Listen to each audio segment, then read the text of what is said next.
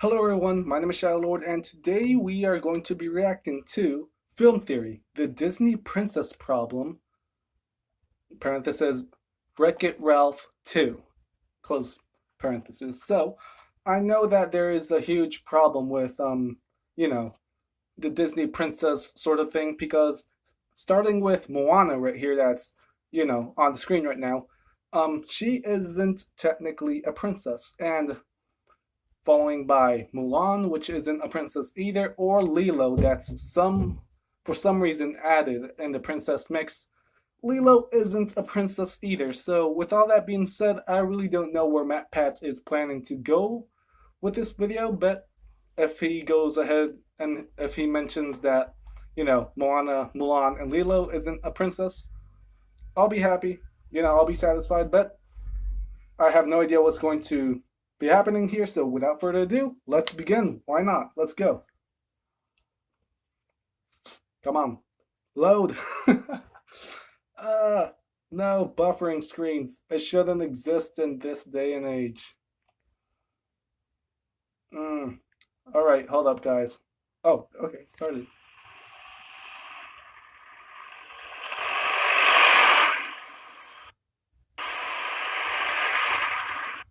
Ooh, I'm so nervous. Oh boy, thank you. We'll be in touch. Next. Oh boy, looks like it's my turn. Okay. Wish me luck, ladies.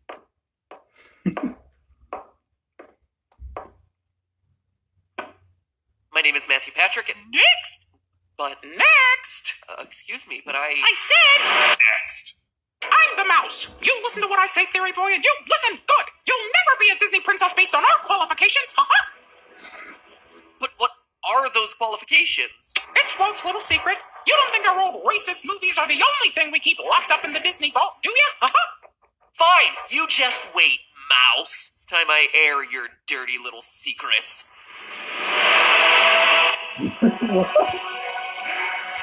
Oh, geez, this needs to go down. How to become a Disney princess? Let's get started. Hello, Internet! Welcome to Film Theory. Making enemies with globally beloved mascots since 2015. Today I look at one of the most twisted and cutthroat cinematic universes ever conceived, the Disney princesses. All to answer one... No! Buffering screens. Hold up, guys. Give me 1 second with this problem. Okay, time to explain. Something is going wrong with the Xfinity Wi-Fi company that's for some reason messing up my internet here. It has nothing to do with too many people using the internet here. It's just the company itself. It sucks ass. I don't know what's going on, but hopefully we can get through this video. Since 2015. Today I look at one of the most twisted and cutthroat cinematic universes ever conceived, the Disney princesses. All to answer one burning question that we all never thought to ask: what allows you to qualify as a Disney princess? Now, that may sound like it's a stupid question. You're a princess who happens to be in a Disney movie, duh. But the answer actually is nowhere near that simple. You see, despite me going to Disneyland hundreds of times and constantly being the old creepy dude who waves enthusiastically to all the princesses as they parade past, what actually got me started down this little vision quest of mine was the trailer for Wreck-It Ralph 2, Ralph Breaks the Internet, which included this scene where Princess Vanellope von Schweetz goes to the Oh My Disney website and enters the Disney Princess Room. What kind of a princess are you? Do you have magic hair? Magic hands? No. Do animals talk to you? Do people assume all your problems got solved because a big strong man showed up? Yes, she is a princess. Cue the internet collectively high-fiving each other for that sick burn on male prince types. Got 'em! Well, you got him until you forget that princes have literally risked their lives to save multiple women in this room. Jasmine? Ariel? Yeah, Aurora, you did a really good job fighting back Maleficent when she created that moat of thorns around the castle, and then turned into a giant dragon and started breathing green fire everywhere. Oh, wait, no. You were asleep during that whole thing. It was Prince Philip who did all that. Just saying, gals, it's one thing to be an empowered female, it's another thing to be an ungrateful jerk towards the guy who saved your life. Now, this scene is legitimately awesome. Any crossover of this caliber is always going to be exciting. It is a literal who who's who of Disney female characters from over the decades, but one thing it is not is an accurate portrayal of Disney princesses. You see, the Disney Princesses is a separate media franchise created in the early 2000s. It's like the NSYNC of Disney animated female characters. And believe it or not, it includes only a very select portion of the princess characters. From the animation studio's nearly 100-year history, only 11 characters are technically included as a Disney princess. Pause the video right now and try to guess who those characters are going to be. I'll give you a second or two to pause. Okay, so only the ones that should be, you know, the ones that married an actual prince, or one of them girls that is actually a princess, like Merida. Merida is an actual princess from Brave. Let's see, Belle from Beauty and the Beast. She's actually a princess because she married a prince. That's two down. I really don't know. Ariel, she's the daughter of the king of the sea. That's about three I can pull out. Snow White got married to a prince also. She could count as a princess. I really don't know who else, so I only got four. If you guys could think if you guys can pull it from out of your heads, and just let me know in the comment section who I missed, because I'm really curious if you guys know all of them without watching the rest of the video. Do not cheat, please. So let's continue. The video. All right. Alright, placed your bets? Good. Some are pretty obvious. Snow White, Cinderella, Aurora, Dang aka it, I Sleeping forgot. Beauty, Ariel from Little Mermaid, Belle from Beauty and the Beast, Damn. and Jasmine from Aladdin. I If forgot. this were a game of Ugh. Scrabble, they'd be worth 1 point. They're like the T's and E's of the Disney princess world. Worth 3 points would be Mulan, Tiana from Princess and the Frog, and Rapunzel from Tangled. Those are the M and P tiles. Damn it, And the 10-pointer Rapunzel. C's of our little game would be Pocahontas and Merida, the first Merida, Pixar bam, there princess she coming is. from the movie Brave. Double word score! Now, you may have noticed some pretty big snubs from that list, like, say, Anna and Elsa from Frozen, literal Them too. princesses from Arendelle in what is the highest grossing animated film of all time. No invite to this exclusive club for either of them. How about Moana? Also not on the list. And it's not like they're too new either. Most of the modern characters were coronated as an official Disney princess about a year after the release of their movie. Rapunzel, Tiana, Merida, all of them had about an 11 to 12 month gap before they were officially christened a Disney princess. And remember, this list is according to the official list located at princess.disney.com, an official site of Disney.com. This is the real deal here. Okay, but Merida in the movie, they actually explain and say that she is a princess. So, they can't just decide to add their princess title a year after if the movie explains that a certain character is a princess, like Merida. So it makes absolutely no sense. So, what's going on exactly? What in Disney's eyes makes a woman worthy of being a princess? And would Vanellope von Schweetz actually pass the test and merit inclusion in this room from Wreck-It Ralph 2? That, ladies and gentlemen, is my goal today, to turn these empowered women into lists of their core attributes so we can directly compare their worth and find out what methodology Disney is working with to determine their merit. So if we have any hope of figuring out the criteria for becoming a Disney princess, we're going to have to reverse engineer things by seeing who's included, who's excluded, and then figuring out what attributes unite those two groups. Now, Alright. as I just mentioned, the exclusion of Anna and Elsa from this group shows that not all princesses in Disney movies go on to become Disney princesses trademarked. But that leads to the question, are all Disney princesses trademarked actual princesses in Disney movies? In other words, are they either the daughter of a king or queen, or are they married to a prince? Exactly. Well, of the 11, 9 of them are easy. Yes, but 2, Not Pocahontas and Mulan Mulan, and require Pocahontas. a bit more digging. For Pocahontas, her father...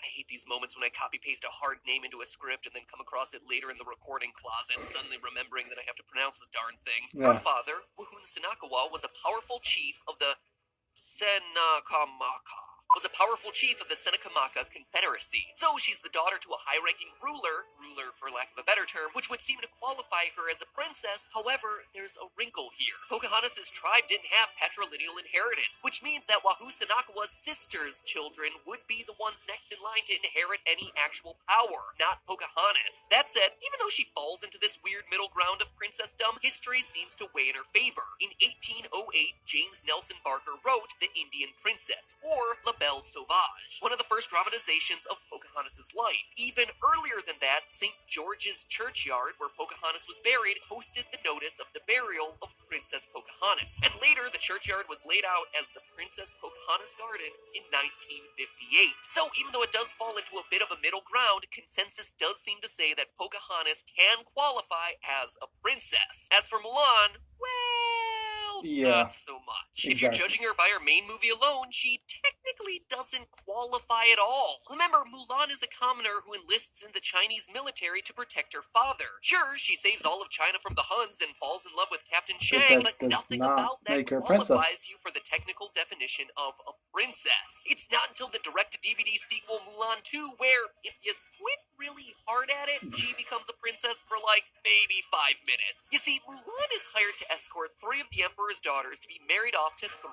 princes. Historically speaking, these guys would be better classified as warlords, but it's Disney, so they're princes, and the marriages will help ensure peace in China. When her love Shang falls off a cliff into a giant empty abyss, no joke, this is something that really happens, Mulan assumes what any reasonable person would assume seeing a fall like that he dead, son. So she agrees to marry one of the princes for the good of all China. So she's almost a princess until Shang is revealed to have lived. He hears of the marriage and rushes in at the last minute to stop it, thereby ending Mulan's entire claim to princesshood before it even begins. Exactly. So Mulan? No, not a princess. Not a princess. Almost, but not quite. So Mulan really proves the lesson here that being an actual princess doesn't matter for qualification into this elite group. And if you want a real nail in this coffin, Mulan was included in the roster of Disney princesses back when the group was first created in 2000.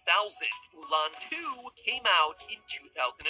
So there is absolutely zero way that Mulan would have qualified any angle that you slice it from. So being the dictionary definition of a princess does not matter apparently. Then what does?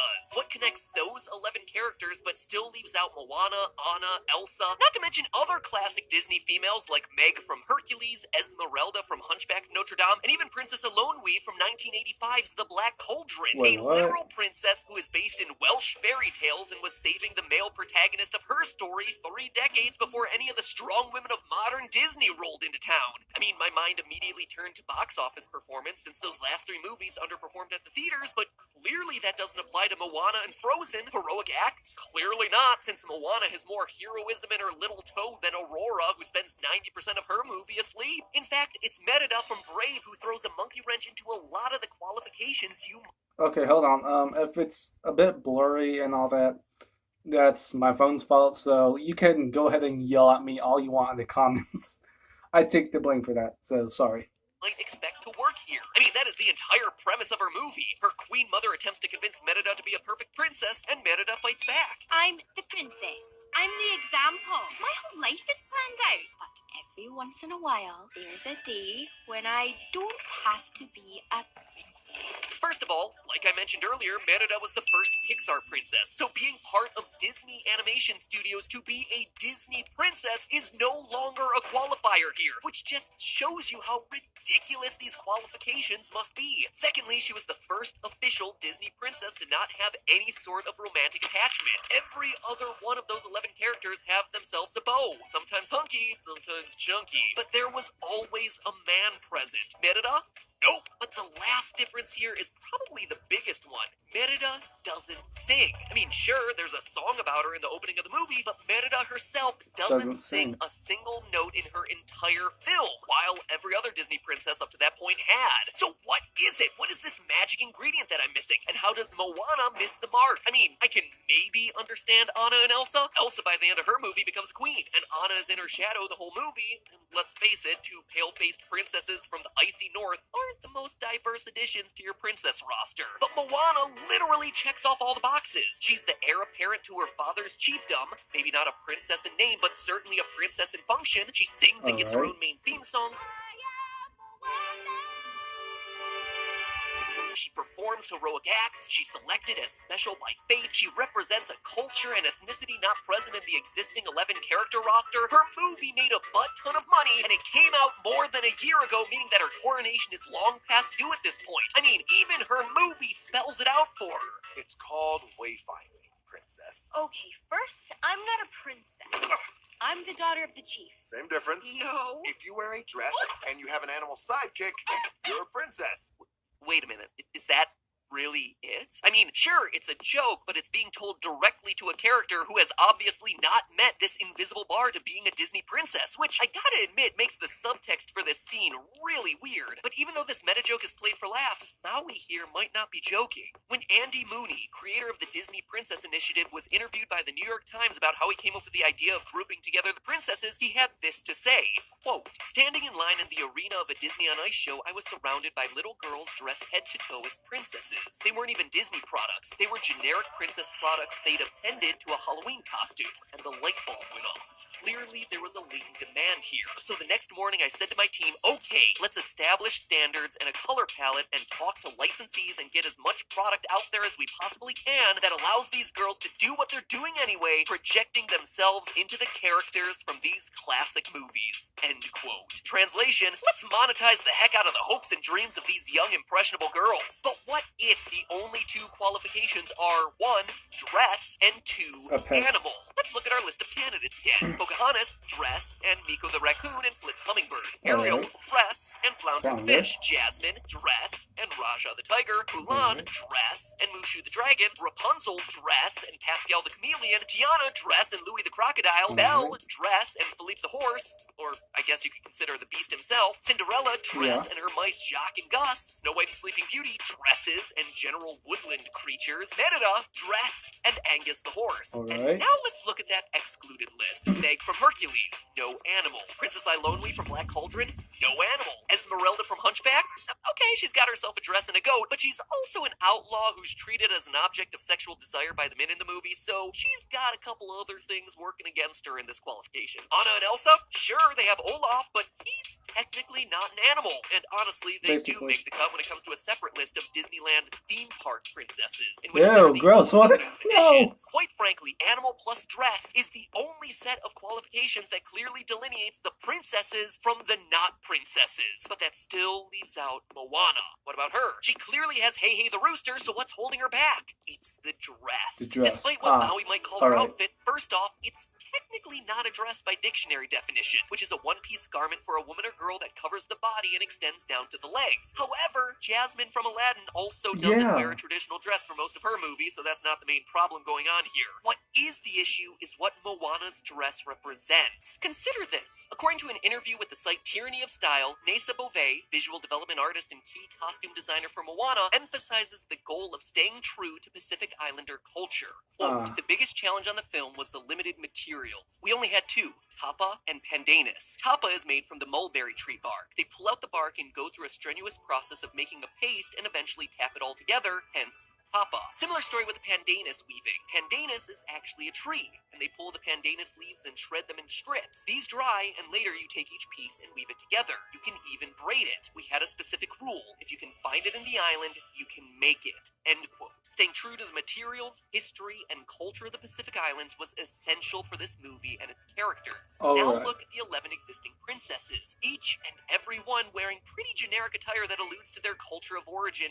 vaguely. At best. Times are different now, and Disney is under more scrutiny than ever about its appropriation of other cultures for money. It's an issue that hung over the head of Moana from before the movie's release and continues to do so today, with specific focus on the costumes. And if the goal of all the Disney princesses is to have young girls wear your dress and look like the character, Moana's outfit, while terrifically designed and culturally sensitive from a movie standpoint, becomes really problematic when you start churning out cheap copies to sell next to your malls sunglass hut. So what makes a princess? Well, according to Disney, it's not who you are, what you do, or even who you choose to marry. It's what you wear that counts. And isn't that the best message to send to little girls? Next time in our exploration of Disney princesses, we focus on that specific scene from Wreck-It Ralph 2, because the roster is much wider in that room, all in an effort to determine whether Vanellope might truly become Disney's next princess, despite what all the other girls might tell her. Speaking of what you wear, Theorist merch is now available for a super limited amount of time, just in the nick of time for back to school. You are guaranteed to get it really quickly after you order it. Admittedly, this round of merch is mainly focused around game theory, but don't worry, next time there will be film theory stuff specifically. But if you want yourself an amazing heavy-duty backpack, an awesome shirt that might not make you feel like a princess, but will make you feel like $1,000,000, what has become my favorite pair of socks because of how soft they are, a Theorist pop socket for your phone so you don't drop it on your face while you're watching Disney movies lying in bed at night, or a Theorist notebook of your very own that might contain a mystery for you to unravel, click the link in the description below. Hey, you can tell a Disney princess by what they wear. Why not be able to tell a Theorist by what they wear as well? Looking stylish in bright glaring neon green. I'd like to see a Disney princess pull that one off. Click the link in the description to check out that merch, which every purchase comes with little bonus gifts sealed in there too, which is pretty cool. We like to sprinkle little surprises for you guys. Make sure you curtsy in the direction of that subscribe button so you don't miss next week's episode where we take an analysis of Vanellope von Schweetz in time for Wreck-It Ralph 2. I'm excited about that one. Anytime you get to expose blatant corporate greed, it's usually a pretty exciting time. It's an episode that I'm always very excited to do. So anyway, check it out, click the subscribe button, and most importantly of all, remember, that's just a theory. A film theory. And cut. So that's going to do it for this episode. If you liked it, don't forget to leave a like, comment down below, subscribe to The Film Theorist. His link will be in the description below. And share the video if you think others may enjoy. So once again, my name is Shadow Lord, and I'll see all of you guys in the next video. Goodbye.